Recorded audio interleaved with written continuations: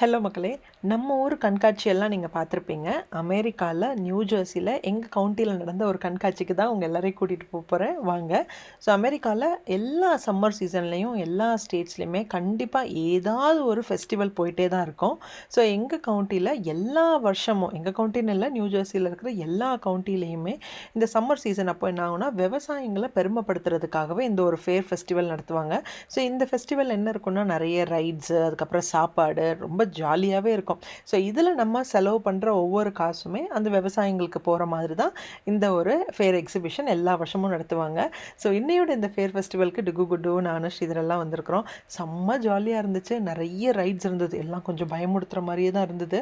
But ஆனாலுமே குழந்தைங்களுக்கு ஒரு துளி பயம் கூட இல்லை. எனக்கு தான் ரொம்ப பயமாக இருந்துச்சு.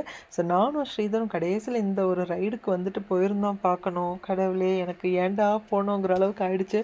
செம்ம த்ரில்லிங்காகவும் இருந்தது. பட் அன்னையோட நாள் செம்ம